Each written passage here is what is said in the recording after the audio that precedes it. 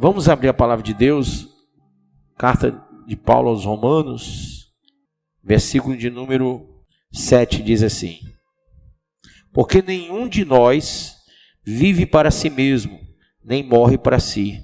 Porque se vivemos para o Senhor, vivemos. Se morremos, para o Senhor morremos. Quer, pois, vivamos ou morramos, somos do Senhor. Foi precisamente para esse fim que Cristo morreu e ressurgiu, para ser Senhor tanto de mortos como de vivos. Tu, porém, por que julgas teu irmão? E tu, por que desprezas o teu? Pois todos compareceremos perante o tribunal de Deus. Pois está escrito: por minha vida, diz o Senhor, diante de mim se dobrará todo o joelho e toda língua dará louvores a Deus. Assim, pois, cada um de nós dará contas de si mesmo a Deus. Pai, fala ao coração de cada irmão, cada irmã, e ensina a tua palavra em nome de Jesus. Amém. Graças a Deus. Irmãos, cada um dará conta de si mesmo a Deus. Cada um deverá ter noção do que significa dar contas. Irmãos, há uma prestação de contas que virá a qualquer momento. Eu creio que muita gente vai conhecer essa prestação de contas quando em um piscar de olhos a igreja for arrebatada. Mas a Bíblia diz que daremos contas, prestaremos contas da nossa vida. Em 1 Coríntios 4, versículo 5, fala que todos nós vamos prestar contas a Deus pelos nossos atos, pelas nossas palavras. Então aqui em 1 Coríntios capítulo 4, versículo de número 5, diz assim: portanto, nada julgueis antes do tempo, até que venha o Senhor, o qual não somente trará à plena luz as coisas ocultas das trevas, mas também manifestará os desígnios dos corações, e então cada um receberá o seu louvor da parte de Deus. Então, cada um prestará contas de si, daquilo que fez, daquilo que deixou de fazer, daquilo que era para ter feito.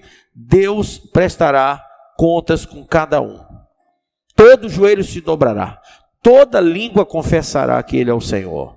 Todos vão ter que adorar a Deus, mesmo aquele que diz que é ateu, mesmo aquele que negligencia a fé, a palavra, o Espírito, mesmo aquele que diz: eu não me importo com Bíblia, eu não quero saber de igreja, que fala mal de igreja, de pastor, de obra, aquele que persegue a igreja. Um dia você vai prestar contas a Deus. A morte chegou para o rico e chegou para o pobre, chegou para o rico e chegou para Lázaro, e os dois tiveram prestações de conta. Um foi para o paraíso, aquele que era desprezado, aquele que guardou a sua fé, mesmo não tendo nada, e aquele que tinha tudo, e por isso achava que não precisava de mais nada. A conta chegou para o rico e para o pobre, vai chegar para o branco, para o negro, vai chegar para o jovem e para o velho, vai chegar para todos, independentemente da sua religião, independentemente da sua situação econômica, ou da cor da sua pele, ou do seu nível social, ou da sua posição nesse mundo. Ricos e pobres, reis da terra, se dobrarão os seus joelhos e terão que confessar que o Senhor é Deus, que Ele é o Senhor, que Ele é o dono de todas as coisas. Então, nós prestaremos contas sobre as nossas atitudes com os outros. Aqui na carta aos Romanos, fala que nós que julgamos aos irmãos, nós que desprezamos aos irmãos, vamos prestar contas por isso. Vamos prestar contas por essas atitudes com os outros. Você pode desprezar a igreja, desprezar a Bíblia, desprezar o pastor, mas vai prestar contas. Você que julga a nossa vida, você vai prestar contas. Você vai prestar contas porque você foi injusto. Você vai prestar contas porque você achou-se juiz, quando na verdade você era réu e culpado. E pelo sangue de Jesus você poderia ter sido absolvido. Então você vai prestar contas pelas motivações do seu coração. 1 Coríntios capítulo 4, versículo 5 diz que Ele vai julgar as motivações de cada um. Na Bíblia fala também que nós prestaremos conta sobre o material com o qual construímos. Abra aí em 1 Coríntios capítulo 3, versículo 12, diz assim. 1 Coríntios capítulo 3, versículo de número 12. Se alguma pessoa edifica sobre esse alicerce, utilizando ouro, prata, pedras preciosas, madeira, feno ou palha, sua obra será manifesta, porquanto o dia a trará a luz, pois será revelada pelo fogo, que provará a qualidade da obra de cada um. Então todos prestarão contas da obra que praticam. A qualidade do que você faz vai ser prestado contas. Se a obra que alguém construiu permanecer, este receberá a sua recompensa. Se a obra de alguém se queimar, este sofrerá o prejuízo. Ainda assim será salvo, como alguém que escapa por entre as chamas do fogo. Não sabeis que sois santuário de Deus e que o seu Espírito habita em vós? Se alguma pessoa destruir o santuário de Deus, este o destruirá, pois o santuário de Deus, que sois vós, é sagrado.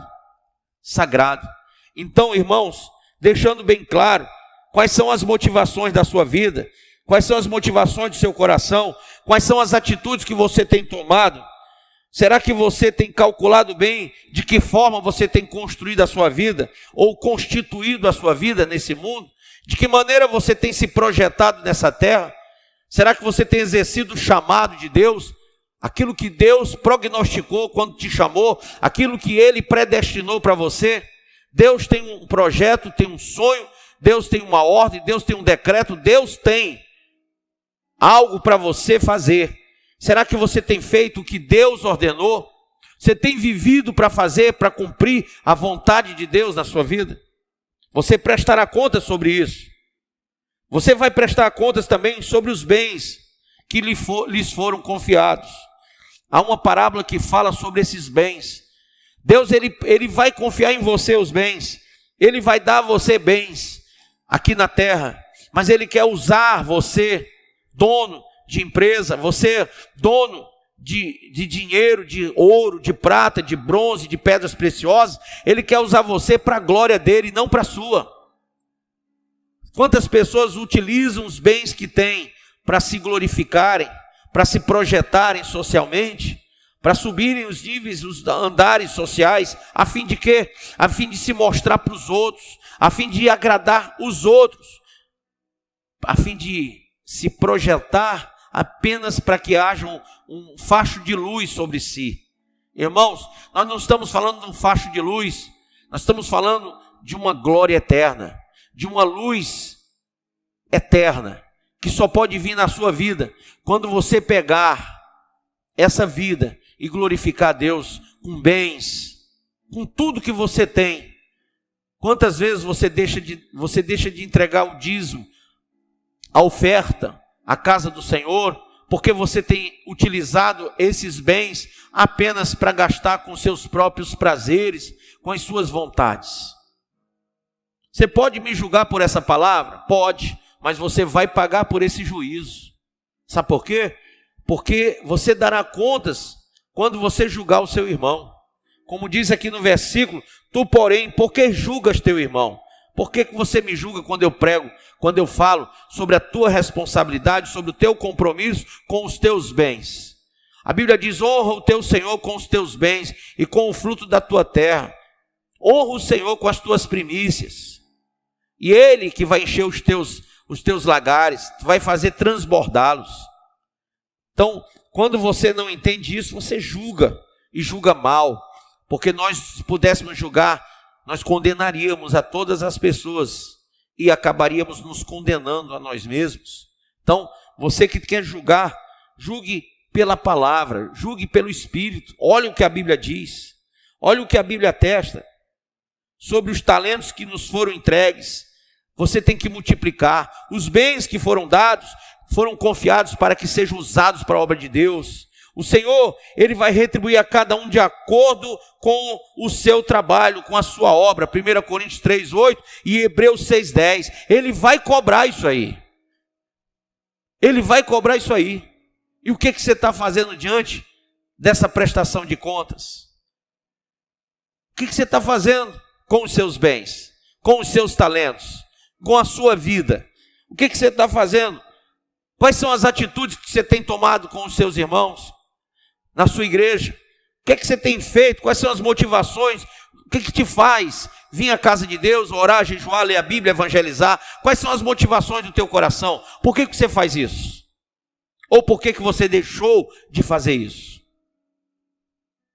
Com que material você está edificando a casa de Deus? Isso tudo virá à tona. Isso tudo será julgado. E se a obra que você fez queimar, você sofrerá o dano, um dano grande. De que adianta você construir um arranha-céu e ele cair? Imagine você a cobrança de Deus. Muitos não vão suportar tamanha cobrança. Sabe o que é ficar no dia do arrebatamento? É passar 7 anos de uma enorme cobrança. Muitos não irão suportar, irão se entregar para o anticristo, para o falso profeta, e vão receber a marca da besta, e vão para o inferno. Muitos.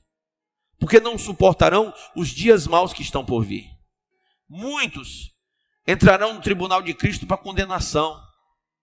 Infelizmente, muitos, todos os que ficarem vivos no dia em que o anticristo e o falso profeta vão ser lançados no lago que arde com fogo e enxofre, muitos que estarão ali apoiando as obras de Satanás, as obras do anticristo, morrerão pela palavra, pela espada que vai sair da boca do Senhor Jesus. Então, você quer fazer parte destes? Você quer fazer parte desse povo que vai perecer eternamente? Ou será que você quer ser salvo? Ou será que você quer consertar sua vida, consolidá-la em Cristo, para que quando vier a prestação de contas, você não seja achado em falta? Bispo, quando que vai chegar essa prestação de contas? Você sabe quando é que vai chegar a conta de luz na sua casa? Talvez. A conta de água? Talvez. Quando é que vai chegar a multa que você levou no trânsito? Talvez. Essas contas são mais fáceis, porque elas têm data e hora. Mas essa conta aqui é iminente. Ela pode acontecer a qualquer momento. E aí, você está pronto para prestar contas com o Rei dos Reis, com o Senhor dos Senhores, sobre os talentos que Ele te deu, sobre os bens que Ele te confiou, sobre a obra que Ele colocou nas tuas mãos? Você está pronto para prestar contas sobre as motivações da tua alma, sobre os teus juízos sobre os outros? Você está pronto para prestar contas sobre tudo isso?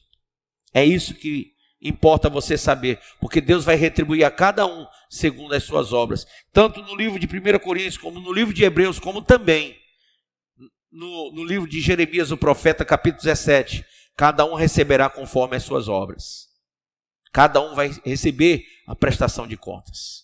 Então, é importante que você saiba que Deus é Deus de graça, Deus é Deus de paz, Deus é Deus de amor, Deus é Deus de toda consolação, de paciência, de esperança, de glória, mas Ele também é juiz.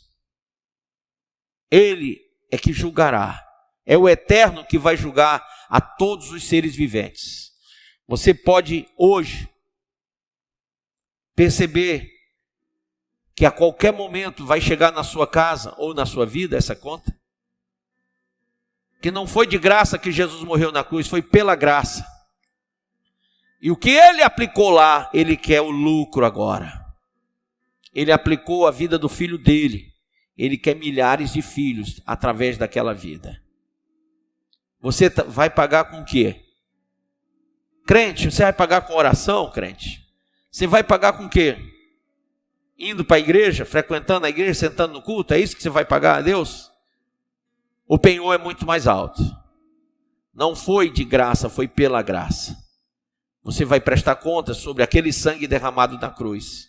Você vai prestar contas sobre aquele sacrifício, porque aquele investimento, aquele talento, aquele bem que foi depositado na cruz do Calvário, Deus requererá, demandará das suas mãos, das minhas mãos, todo juro, toda a correção de todos os 2000 anos de lá para cá.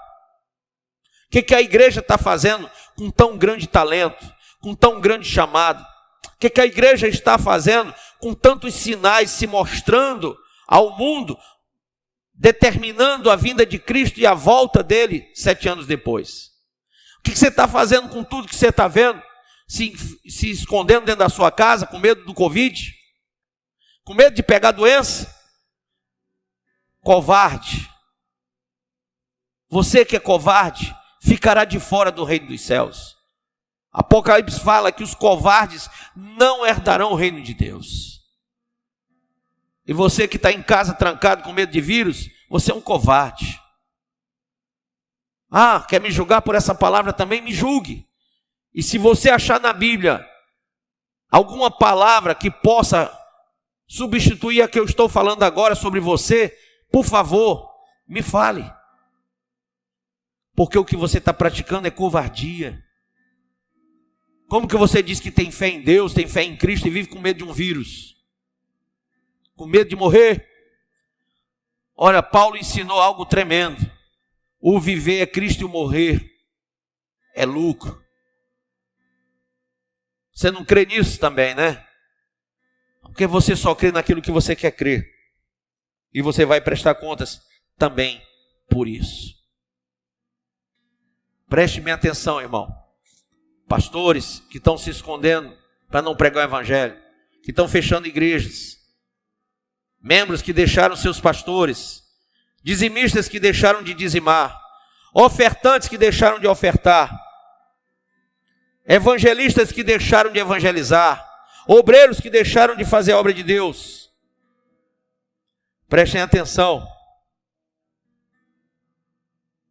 Prestem atenção, porque virá a conta. Quando você menos esperar, a conta virá. A conta vai vir para você, tanto faz você se esconder como não. A conta vai vir para você. Tanto faz você dizer, essa conta não é minha, e tentar substituir, e tentar mandar para outro.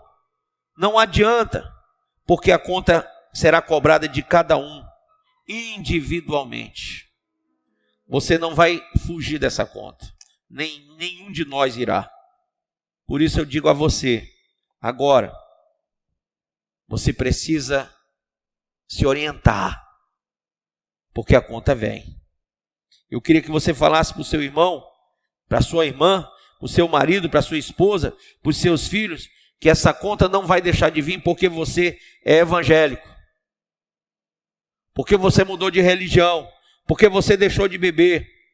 Essa conta vai continuar vindo, independente de qualquer coisa. E você que falou que pastor é ladrão? Você é crente que fala que não vai entregar o dízimo e a oferta porque não quer enricar pastor, nem ministério. Você já leu o que está em 1 Coríntios 9, versículo 1? Vou ler para você, do 1 em diante. Não sou eu plenamente livre, disse o apóstolo Paulo. Eu sou livre, eu não sou escravo de ninguém. Mas Paulo depois disse, eu sou escravo de Cristo. E eu também. Então hoje, quando você pergunta, você é pastor por quê? Porque eu sou escravo dele, de Deus. Eu sou livre e sou escravo. Porque no dia que eu entreguei minha vida a Jesus, eu rasguei a minha liberdade humana, que eu achava que eu tinha. Fui liberto em Cristo. Mas fui liberto para ser escravo do evangelho. Talvez você não entenda isso, mas você vai entender quando estiver queimando no inferno. Você vai entender que era muito melhor viver para Deus do que viver para o pecado, do que viver para o mundo, do que viver para os prazeres. Realmente eu não bebo, não fumo, não me prostituo, realmente eu não roubo ninguém, realmente eu não sou candidato a coisa nenhuma para não ter que ter o dissabor de mostrar um bocado de falcatrua na política, na economia desse país. Mas eu queria dizer para você que apesar de ser livre, disse o apóstolo Paulo, não sou eu o apóstolo, não vim eu a Jesus, nosso Senhor, e não sois vós frutos do meu labor no Senhor, do meu trabalho? Se para alguns não sou reconhecido como apóstolo, com toda certeza o sou para vós, porquanto sois o selo do meu apostolado no Senhor. Esta é a minha defesa diante daqueles que me julgam. Não temos nós o direito de comer e beber? Tem gente que acha que pastor nem come nem bebe. Tem gente que acha que pastor não é para comer nem beber. A Bíblia diz, não temos nós o direito de levar conosco uma esposa crente como fazem os demais apóstolos? Os irmãos do Senhor e Pedro, Ou será que Barnabé e eu, disse Paulo, somos os únicos que devemos ter um trabalho secular para nos sustentar? O que ele está dizendo, gente? Ele está dizendo assim: vocês acham que só eu e Barnabé temos que trabalhar secular para nos sustentar? Porque vocês acham que a gente não é merecedor de ser sustentado na obra de Deus? Quem serve no exército, disse Paulo, à sua própria custa. Existe alguém que vai para um exército pagar, custear para servir no exército? Quem cultiva uma vinha e não se alimenta do seu fruto? Quem apacenta um rebanho e não pode beber do leite que é produzido? Porventura, isso que vos digo é apenas um mero ponto de vista humano? Ora, a própria lei não afirma claramente o mesmo? Pois está escrito na lei de Moisés, a lei de Moisés, não amordace o boi enquanto ele estiver debulhando o cereal. Por acaso é com bois que Deus está preocupado? Ou certamente não estaria fazendo tal afirmação por nossa causa? É evidente que em nosso favor que esse princípio foi escrito, pois o lavrador, quando ara a terra, e o debulhador, quando tira as cascas das sementes, deve fazê-lo na esperança de participar dos resultados da colheita. Se nós semeamos entre vós verdades espirituais, seria pedir muito colhermos alguns dos vossos bens materiais? Você que diz que igreja, que pastor rouba, que não sei o quê, não vejo riqueza dentro de igreja. Deveria ter, mas não vejo. Não vejo. E se visse, seria maravilhoso, porque esse é o lugar da bênção. Mas a igreja acha que o pastor não come, não bebe. A igreja acha, aqui na visão de Paulo e de Barnabé, que nem mulheres podiam ter.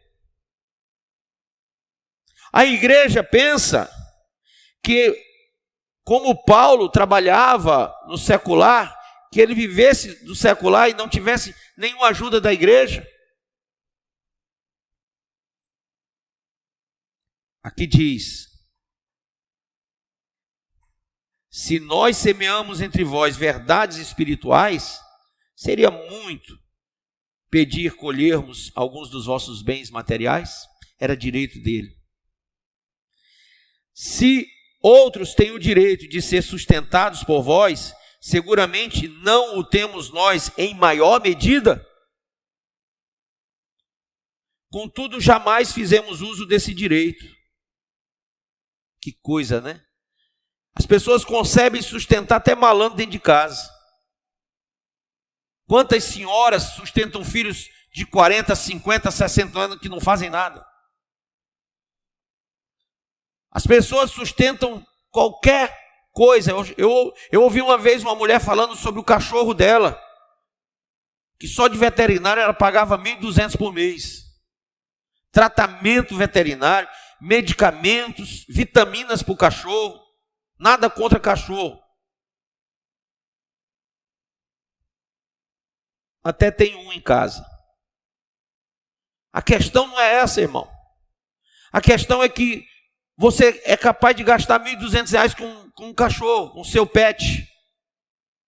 Mas você passa na frente de pessoas que estão deitadas nas ruas com fome, e o que é que você dá para elas? São menos que um cachorro?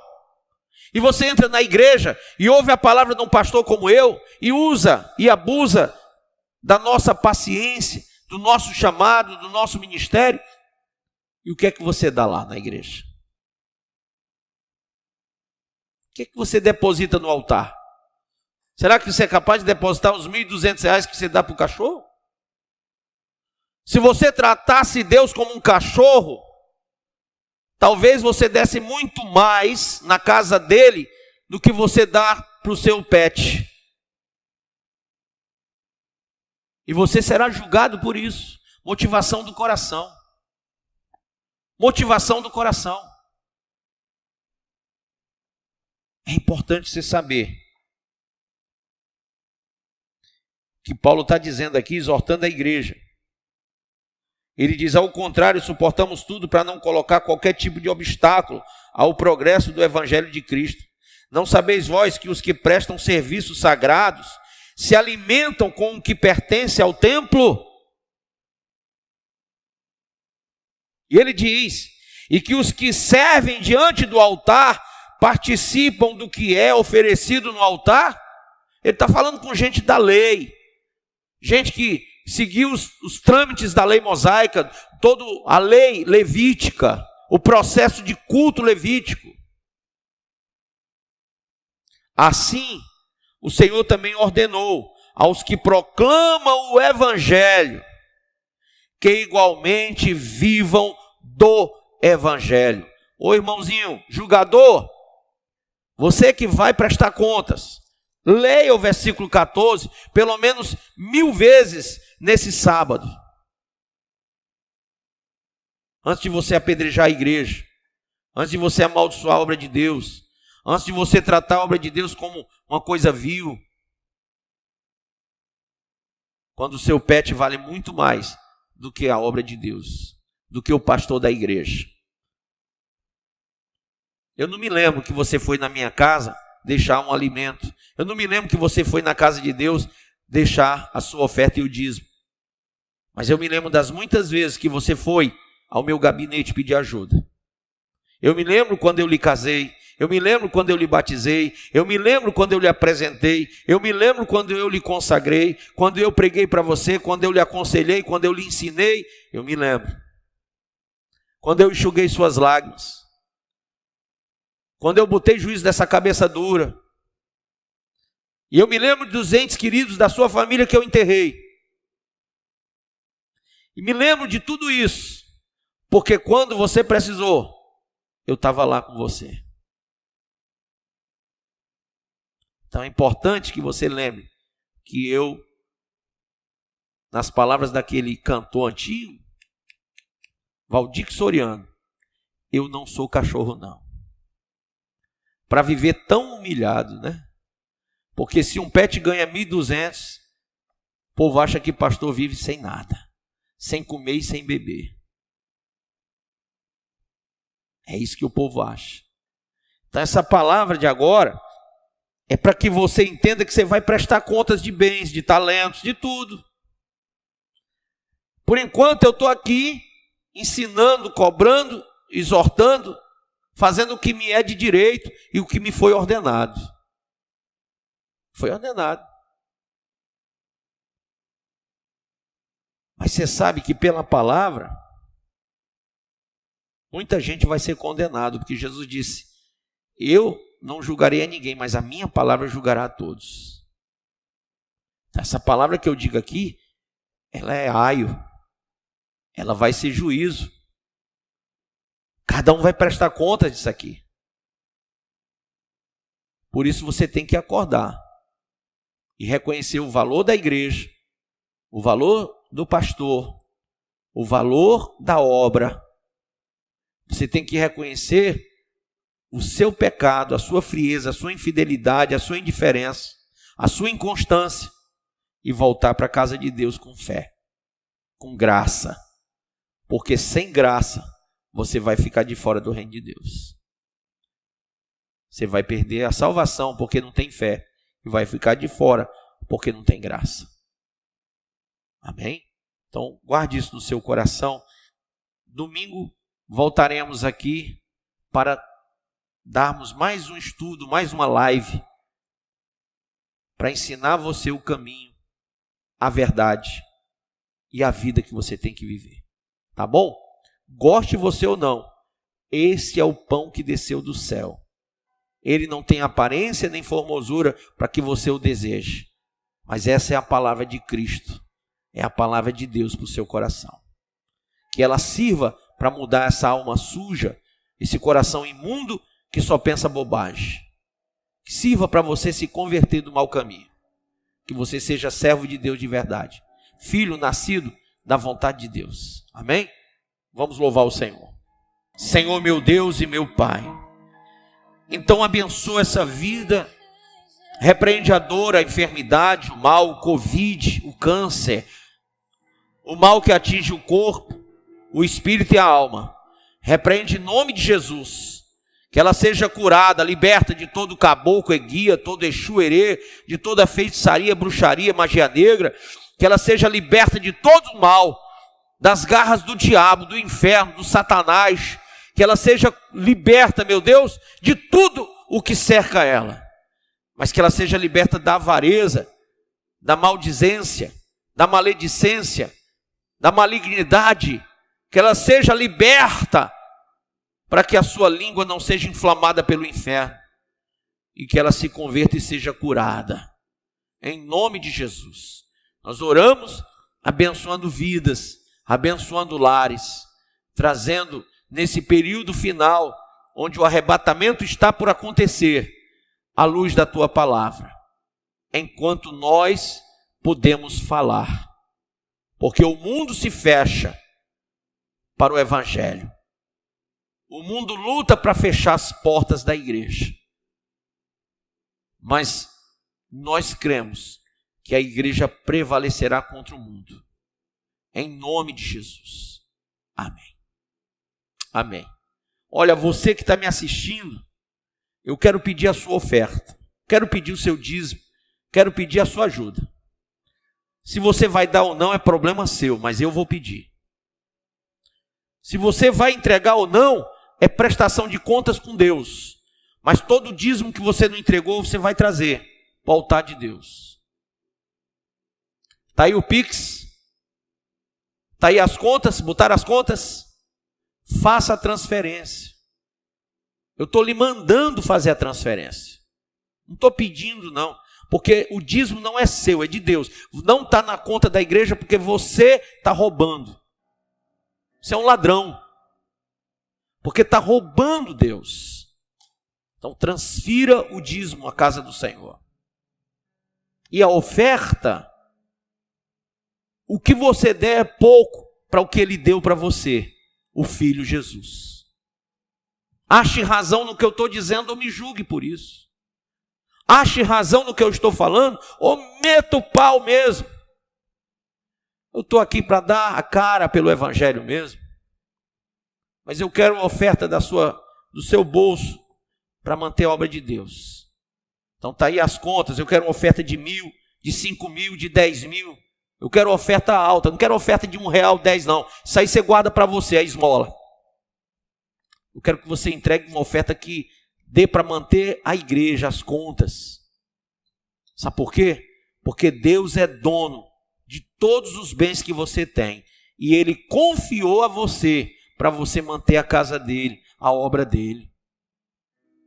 Se você não fizer isso, irmão, você vai estar desagradando a Deus e vai ter prestação de contas sobre isso.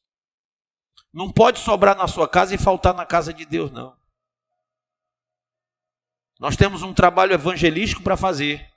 Nós temos um trabalho social para fazer.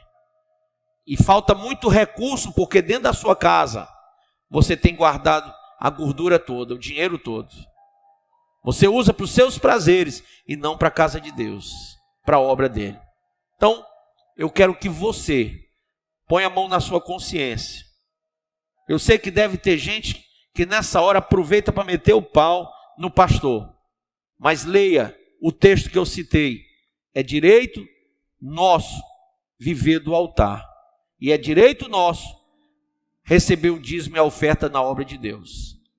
Então, aqui na igreja, nós ensinamos a verdade. Ainda que ela doa, é melhor uma dura verdade do que uma linda mentira.